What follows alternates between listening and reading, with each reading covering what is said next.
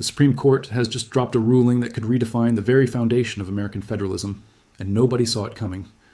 In a rare 9-0 unanimous decision, the court struck down decades of legal precedent governing how federal and state authorities operate side by side, reshaping the balance of power between Washington and every state capital across the nation. This isn't some abstract legal opinion buried in dense documents that only lawyers read. This is a seismic event, and its shockwaves are already hitting Minnesota, a state now at the epicenter of a rapidly unfolding constitutional crisis. Over the past 72 hours, local sheriffs, state officials, and federal agents have found themselves in a standoff that could have been ripped straight from a legal thriller. And the stakes are not just political, they are human. Every action, every decision over the next few days will determine whether the ruling protects citizens or plunges them into chaos. The ruling itself is monumental. Chief Justice Roberts authored the majority opinion, joined unanimously by all 9 justices, including the court's liberal appointees. The decision overturns long-standing doctrines about how federal authorities may operate within state borders without local consent, and it simultaneously strips state courts of the ability to interpret federal law more broadly than federal courts would allow. For decades, federal officers could enforce federal law in any state with minimal coordination, relying on the authority of their badges and the assumed supremacy of federal law. That assumption is over. The court declared that federal agents cannot commandeer state resources or bypass state protocols without explicit coordination, invoking the 10th Amendment's anti-commandeering principle. In essence, federal officers now must operate within the framework each state establishes, or risk violating the Constitution itself. Minnesota is already serving as the testing ground for this new legal reality. Just 3 days ago, a routine federal drug enforcement operation collided with a local law enforcement mission targeting the same location. Neither party knew the other was moving in. At 6:14 a.m., federal agents breached the property, encountering armed state investigators. In the chaos, shots were fired. No fatalities, but 2 state officers were hospitalized. That single event prompted Minnesota's governor to invoke an emergency provision known as the jurisdictional freeze, halting federal operations that conflicted with state law until proper protocols could be reestablished. 8 hours later, the Supreme Court ruling landed, and suddenly the freeze was no longer just a precaution. It became a legal shield, supported by the highest court in the land. Within hours, sheriffs across Minnesota began acting. 7 counties filed declarations to opt out of specific federal enforcement operations, a move now explicitly validated by the court. 4 counties refused all federal immigration enforcement.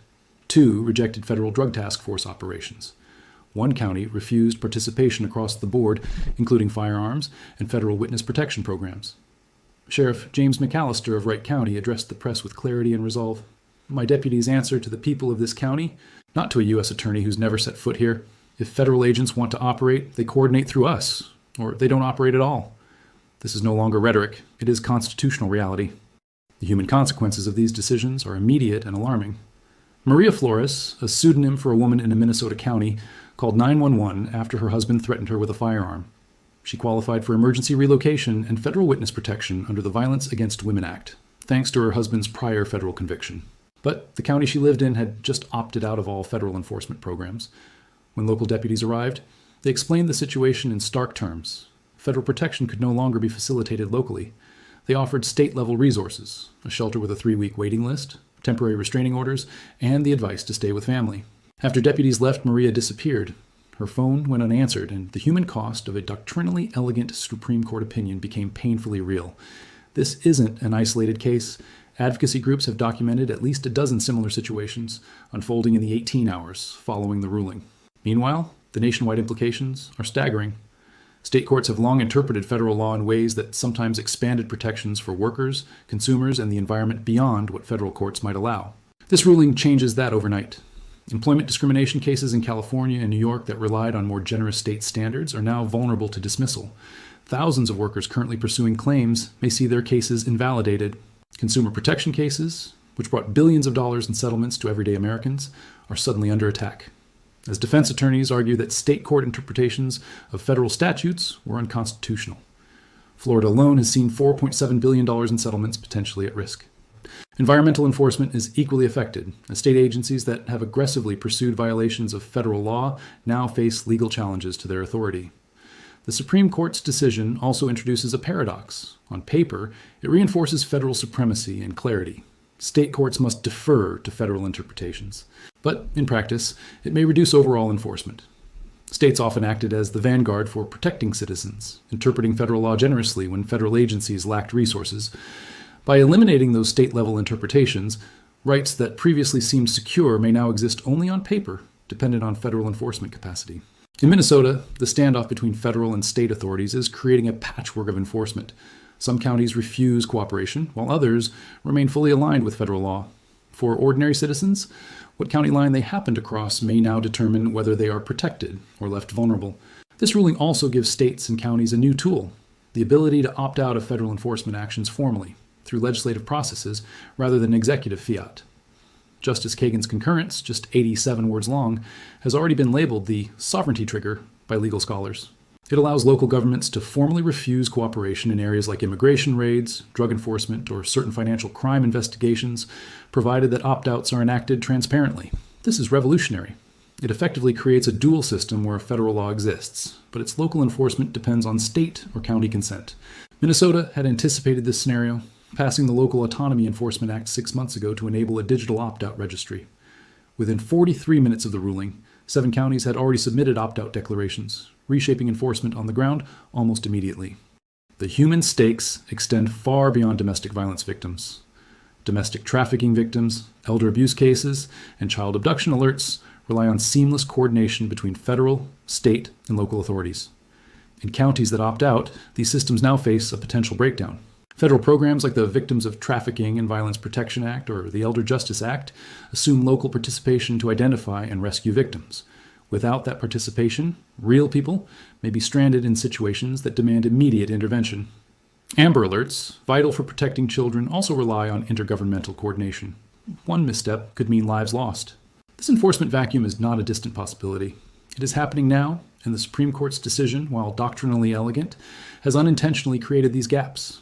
In addition to immediate enforcement crises, the ruling will reverberate through the courts. State courts in 23 states have long interpreted federal statutes in ways that were more generous to citizens than federal courts would allow. Employment, consumer protection, environmental cases, all may now be challenged on constitutional grounds. Pending cases in New York, California, Washington, Massachusetts, and Oregon face potential dismissal or alteration. National advocacy groups are mobilizing to address the consequences, but litigation takes months, if not years, while people are left vulnerable in the meantime. The paradox of this ruling is that it seeks to create order in the legal system, but on the ground, it may produce disorder and confusion, especially in crises where timing is critical. Minnesota's emergency standoff illustrates this paradox vividly. Federal agents attempting to serve deportation orders in counties that opted out encountered resistance from local sheriffs. In one instance, a confrontation lasted 11 minutes, documented by body cam footage, before federal officers retreated. These scenarios are likely to repeat across the country. In Texas and Florida, counties are now split, with some mandated to cooperate and others empowered to refuse. The Supreme Court has drawn lines, but human behavior is unpredictable, and the law cannot enforce compliance directly. Citizens, victims, and law enforcement officers are left navigating this uncharted territory in real time. The ruling also reshapes long-term strategy for federal and state policymakers. Federal agencies must now plan operations with full awareness of local opt-outs, while states have the power to shield their citizens from certain federal actions. Political polarization will likely intensify as states and counties leverage these new powers to reflect local priorities. Advocates for stronger federal enforcement may clash directly with local governments exercising newly clarified sovereignty.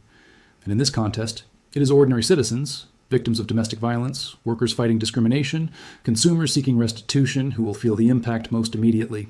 The human stories illustrate the law's real-world consequences better than any opinion or legal analysis can.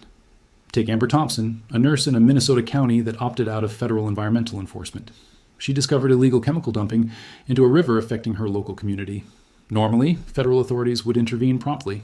Now, with the opt-out in place, the case falls through jurisdictional cracks. Residents are forced to rely on state or local channels that lack the resources to respond effectively. Similar stories are emerging nationwide. Employees losing legal protections overnight, families left without safety nets, and communities navigating a patchwork of enforcement rules that shift from county to county. What makes this ruling so formidable and so controversial is the unanimity of the court. A 9-0 decision leaves no room for lower courts to challenge, distinguish, or reinterpret. The court's message is clear. Federal law is supreme and state courts must stay in their lane. But by empowering states and counties to create opt-outs, the decision also introduces ambiguity into enforcement, making everyday life contingent on local legal choices. In other words, doctrinal clarity comes at the cost of practical uncertainty. The court has drawn a blueprint, but implementation will vary dramatically across America, with real human lives hanging in the balance.